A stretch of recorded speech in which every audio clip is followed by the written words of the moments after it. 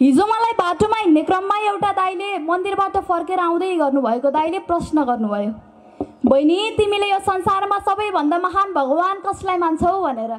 मैले मुस्कुराउँदै जवाफ दिएँ, थाकेको पाइलालाई उभ्याउने आधार 2 अक्षरले बनेको आमा र 2 अक्षरले बनेको बाबा नै मेरा लागि 4 अक्षरले बनेका भगवान हुन्। मेरो जवाफबाट सायद निशब्द भएर होला दाइ आफ्नो बाटो लाग्नुभयो। त्यस दिन मैले घर फर्केपछि कोठाको एउटा कुनामा बसेर आफ्नो भावना पोखेँ। रित्तो रित्तो थालमा सपना पस्किने देवता उनै मेरा आमा र बुवा। रित्तो थालमा सपना पस्किने देवता उनै मेरा आमा र बुवा। मेरी आमा, मेरो बा, नरोई सुन है, आज तिम्रा लागि यो छोरीले केही लेखेकी छु। 50 किलोको बोरा सकि नसकी काँधमा राखी मुस्कुराउँदै हिँडेको मैले मेरा बालाई देखेकी छु। छिनेको चप्पलको भरमा दिनरात मेरै लागि मेलापात गरेको मैले मेरी आमालाई देखेकी छु। मैले मेरी आमालाई देखेकी छु। मेरी आमा, किन पिर्लिन्छौ? छोरी सानै छे, कहिले आउला सुखका दिन भनेर। उता देख्छु बालाई खुसी भएको, छोरी विदेश जाने दिन गरेर। उता बा पिँढीमा बसेर छोराभन्दा ठुली छोरी छे भनी सुखको आसमा बसेको देखेकी छु। म पनि त दिन रात मेहनत गरेर सपनाको झरीमा रुजेकी छु। कहिले बैङ्क त कहिले घर गाउँको साउ आउँदा टन्न पैसा कमाएर सुख दिनुपर्छ भन्ने जिम्मेवारी बुझेकी छु।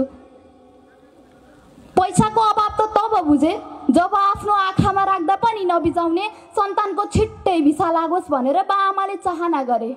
मन्दिर गई शिर झुकाई 2 हात जोडी ईश्वरको कामना गरे। सम्पूर्ण दुःख दर्दको सामना गरे। हातसम्म हिँडाउनु भयो, लड्दाखेरि उठाउनु भयो, सपना देख्न सिकाउनु भयो अनि जीवनको अर्थ बुझाउनु भयो। उनै मेरा भगवान आमा र बुवा, उनै मेरा देवता आमा र बुवा। साँझ परेपछि घरबाट बाहिर निस्किन नदिने मेरा बा। छोरीलाई यो होला कि त्यो होला कि भनेर त्रासमा बसेको देख्दा सोचे गलत मान्छे म कहाँ फस्ने छु। ढुक्क बस मेरी आमा, तिमीले दिएको संस्कार अनि बाले सिकाएको जिम्मेवारी बहनमा म सचेत बस्नेछु। वर्षौं दिनदेखि कोट प्यान्ट लाउने आसमा बसेका मेरा बाको इच्छा पूरा नगरी त म कहाँ यसै बस्नेछु। वर्षौं दिनदेखि कोट प्यान्ट लाउने आसमा बसेका मेरा बाको इच्छा पूरा नगरी त म कहाँ यसै बस्नेछु। भन्छन् शत्रु खोज्न टाढा जानै पर्दैन भन्छन्, शत्रु खोज्न टाढा जानै पर्दैन भन्छन्। आफ्नै आफन्तले फलानुको छोरी यस्ती उस्ती त्यस्ती छोरी हुन भन्दा त नभएकै राम्रो भनेर कुरा काट्दा मन त दुख्छ होला नि है मेरी आमा, मेरो बा। तर बाचा गर्छु छोरी होस् त यस्तो होस् भन्ने अवश्य बनाउने छु। सुकेको पात जस्तो जीवनलाई केलाएर गाजा जस्तो अमूल्य बनाएर देखाउनेछु। यति साहस बोकेर हिँडेकी छु भगवान, साथ दिनु है। तिम्रो अगाडि कुरा काटेर तिम्रो चित्त दुखाउनेलाई एक दिन म सफल भएर तिम्रै पाउ झुक्ने बनाउनेछु। एक दिन म सफल भएर तिम्रै पाउ झुक्ने बनाउनेछु। म सफल त्यो दिन हुनेछु जुन दिन मेरो प्रगतिले मेरो आमा बुवाको छिर ठाड हुनेछ। उता मेरो भाइ मेरी दिदी भन्दै हर्षले रुनेछ। मलाई गिराउन र मेरो आत्मबल कमजोर बनाउनका लागि रचिएका षड्यन्त्र सम्झेर आफन्तलाई पछुतो हुनेछ।